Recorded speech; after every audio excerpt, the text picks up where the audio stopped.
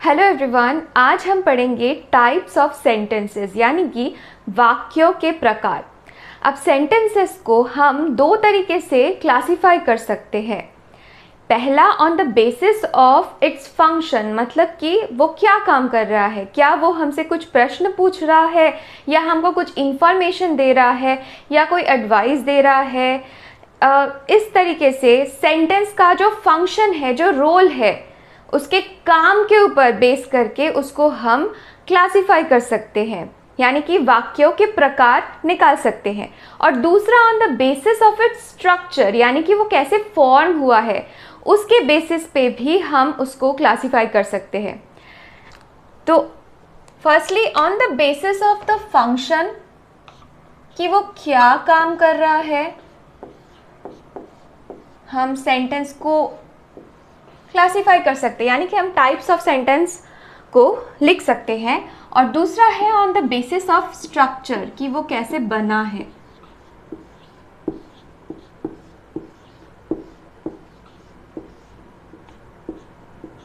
Right, तो आज हम पढ़ने वाले हैं classification on the basis of function. Structure हम बाद में पढ़ेंगे।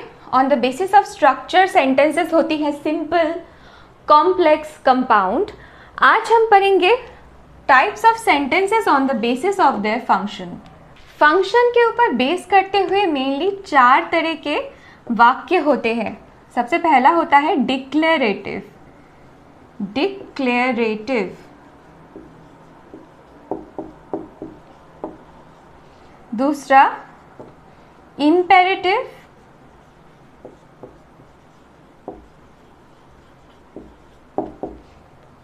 नेक्स्ट इज इंटरोगेटिव,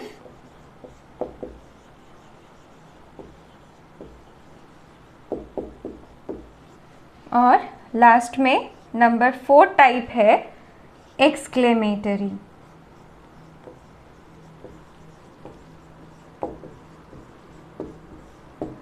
तो on the basis of the function of a sentence, it can be of 4 types: declarative, imperative, interrogative and exclamatory.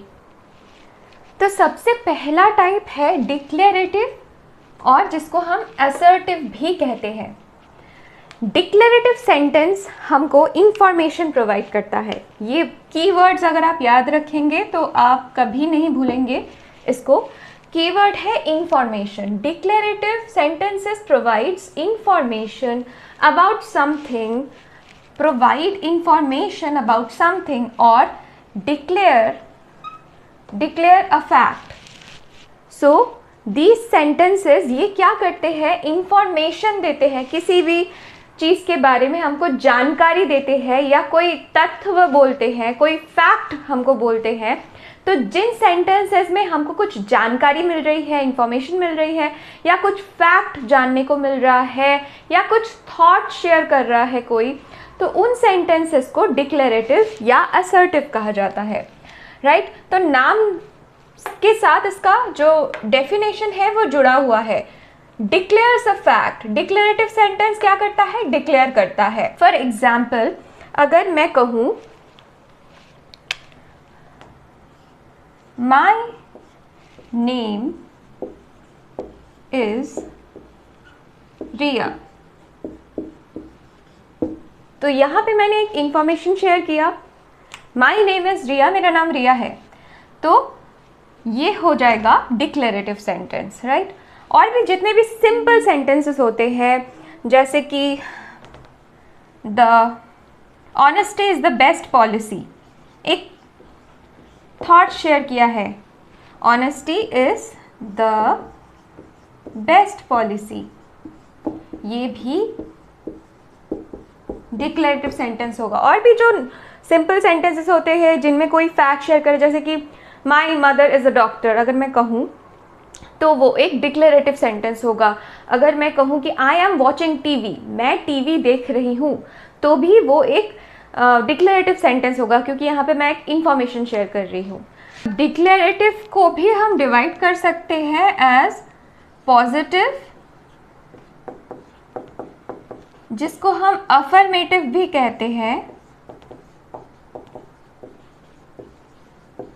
या नेगेटिव सेंटेंस में।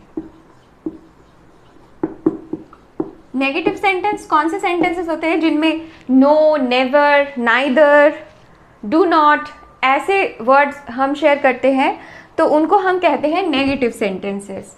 यानी कि कुछ भी काम को ना करना, तो वो नेगेटिव है। और पॉजिटिव उसका ऑपोजिट है, ऐसे सेंटेंसेस जहाँ पे नो, नेवर ऐसे कोई भी वर्ड्स यूज नहीं हुए हैं, वो नॉर्मल सेंटेंस है या वो पॉजिटिव सेंटेंस है। फॉर एग्जाम्पल, मैंने एक अफर्मेटिव डिक्लेरेटिव सेंटेंस का एग्जाम्पल लिया कि आई लाइक स्वीट्स, मुझे मीठा पसंद है। सिंपल सा एक सेंटेंस है, आई लाइक स्वीट्स। ये पॉजिटिव सेंटेंस है और ये डिक्लेरेटिव भी है। ओके, अब इसी का नेगेटिव हो जाएगा आई डोंट, मुझे मीठा पसंद नहीं है। I don't like sweets. So here we have a negative word, so this is a negative declarative or negative assertive sentence. एक और एग्जाम्पल देखते हैं। He is playing football, वो फुटबॉल खेल रहा है।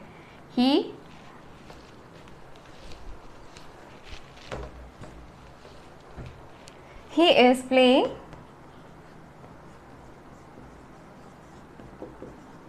football. यहाँ पे नेगेटिव में क्या लिखूंगी? He is not playing football. Okay, next है इम्पेरेटिव सेंटेंस। इम्पेरेटिव सेंटेंस हमेशा याद रखिए कि जब भी हम किसी को कुछ करने के लिए बोल रहे हैं तो वो सेंटेंस होगा imperative sentence. When we tell somebody to do something by a request, order, advice or command, we use imperative sentence. अगर हम किसी को कुछ करने के लिए बोल रहे हैं थ्रू रिक्वेस्ट, यानी कि प्रार्थना के द्वारा बोल रहे हैं, जैसे कि प्लीज़ मुझे एक गिलास पानी दे दो, तो ये क्या हो गया? रिक्वेस्ट हो गया।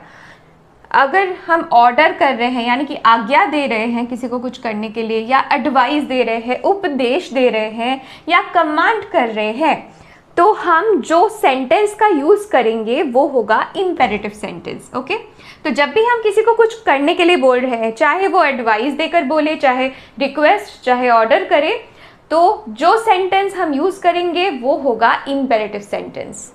चलिए एग्जाम्पल देख लेते हैं इसका। तो इम्पेरेटिव सेंटेंस का सबसे पहला एग्जाम्पल देखिए, B quite.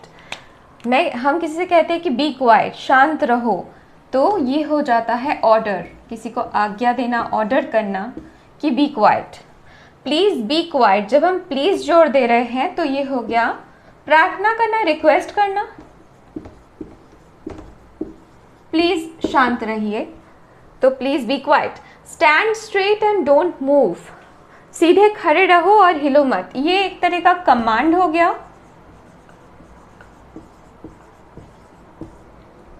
And finally, you should respect your elders, तुम्हें अपने बड़ों की इज्जत करनी चाहिए, तो यहाँ पे ये हो गया एडवाइस, उपदेश। कोई हमसे कहता है तुम्हें अपने बड़ों की इज्जत करनी चाहिए, तो ये क्या होता है? एडवाइस होता है। कोई कहता है कि चूज़ योर फ्रेंड्स वाइजली, तो भी वो एक तरह का एडवाइस होता है। तो ये जो 4 टाइप्स ऑफ सेंटेंसेस है, ये चारों ही इम्पेरेटिव सेंटेंस है। नेक्स्ट है इंटरोगेटिव सेंटेंस। ये सबसे ज़्यादा इजी है, इसको प्रश्नवाचक कहते हैं। इन सेंटेंसेस के थ्रू हम क्वेश्चंस पूछते हैं, प्रश्न पूछते हैं। These are used to ask questions and always end with a question mark। क्योंकि ये प्रश्नवाचक है, हम क्वेश्चंस पूछते हैं इनके थ्रू, तो हमेशा इनके एंड में क्वेश्चन मार्क आएगा। यूजुअली WH वर्ड्स से ही ये शुरू होते हैं ये सेंटेंसेस, जैसे कि हु, हुम, विच, वेयर, हाउ, ऐसे वर्ड से ये सेंटेंसेस शुरू होते हैं और इनके थ्रू हम क्वेश्चंस पूछते हैं। For example, what is your name, तुम्हारा नाम क्या है, तो ये एक इंटरोगेटिव सेंटेंस है, क्वेश्चन मार्क से एंड होगा। Do you like coffee? क्या तुम्हें कॉफ़ी अच्छा लगता है? यहाँ पे ये डू से शुरू हुआ है, लेकिन ये भी एक क्वेश्चन है। तो इस तरह के सेंटेंसेस ये इंटरोगेटिव सेंटेंस होते हैं। तो लास्टली जो हमारा सेंटेंस है टाइप, वो है एक्सक्लेमेटरी सेंटेंस। तो ये इन सेंटेंसेस में हम स्ट्रॉन्ग फीलिंग्स, कीवर्ड है स्ट्रॉन्ग फीलिंग्स एंड इमोशंस, यानी कि कुछ गहरी फीलिंग्स को हम एक्सप्रेस करते हैं और ये हमेशा एक्सक्लेमेशन मार्क से एंड होते हैं। ये सेंटेंसेस, इनके एंड में हमेशा एक्सक्लेमेशन मार्क रहता है। तो these are the sentences used to express strong feeling, गहरी अनुभूति, या फिर कुछ हम विस्मित हो जाते हैं, कई बार कुछ चीज़ देख के हम बहुत ज़्यादा शॉक्ड या सरप्राइज्ड हो जाते हैं। तो जब हम ऐसे शॉक्ड या सरप्राइज्ड हो जाते हैं, उस समय जिन सेंटेंस का हम यूज़ करेंगे टू एक्सप्रेस आवर फीलिंग, वो होते हैं एक्सक्लेमेटरी सेंटेंस। जैसे कि what a shame, for example एक सेंटेंस है व्हाट अ शेम, शर्म की बात है। या फिर how cold the night is,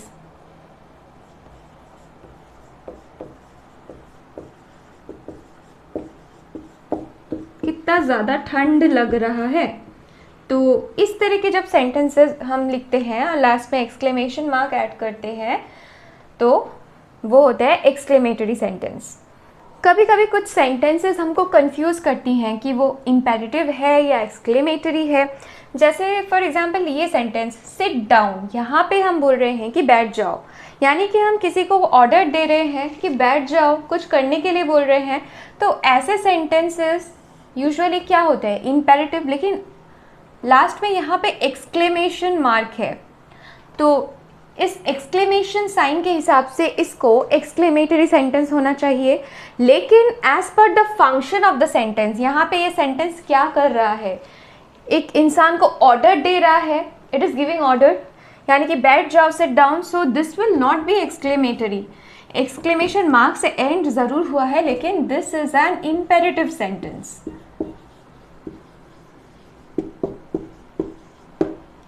next question, give me the pen, will you. अब यहाँ पे भी मैं किसी को कुछ करने के लिए बोल रही हूँ कि मुझे पेन दे दो। स्टार्ट हो रहा है सेंटेंस इस ऐसे कि give me the pen, last में यहाँ पे क्वेश्चन मार्क है और एक क्वेश्चन है विल यू। तो this can also be an imperative sentence.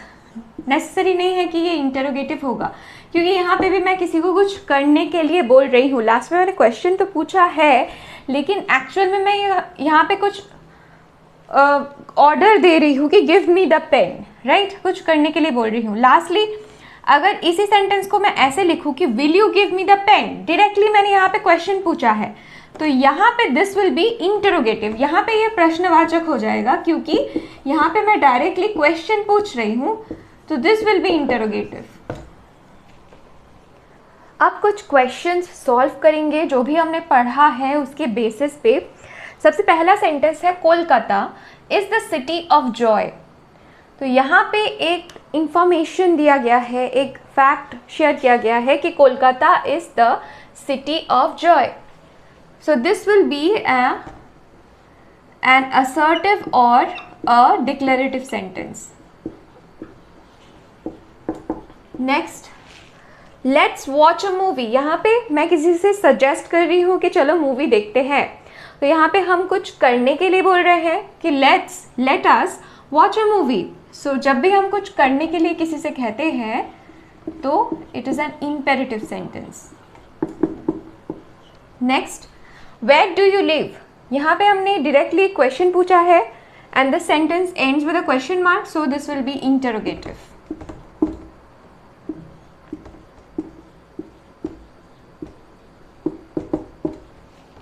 I need some help, यहाँ पे मैं कह रही हूँ कि मुझे हेल्प की ज़रूरत है, तो this is a declarative sentence.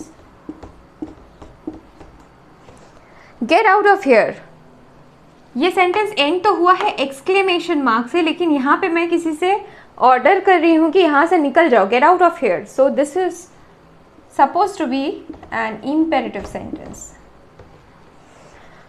Lastly, swimming is the best exercise. यहाँ पे एक fact share किया है. So this will be assertive or declarative sentence. So I hope कि आपको ये समझ में आया है. फिर भी अगर आपको कोई डाउट है, क्वेश्चंस है, क्वेरीज है, आप मुझे कमेंट कर सकते हैं. Thank you for watching. Have a good day.